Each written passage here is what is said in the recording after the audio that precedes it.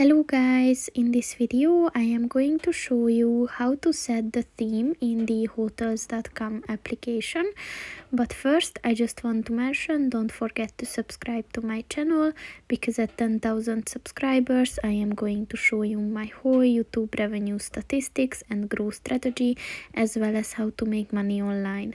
Let's jump into it. First of all, open the application on your phone and then click on the profile button at the bottom of the page on the right,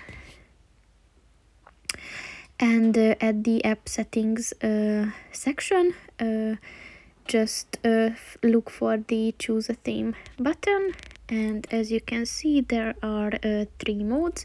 So you can set it to light, you can set it to dark, and you can set it to an auto mode, which will automatically turn between these two, or switch between these two if it's daylight or if it's night. So just choose the one that you prefer, and that's pretty much it for this video, guys. See you in the next one. Goodbye.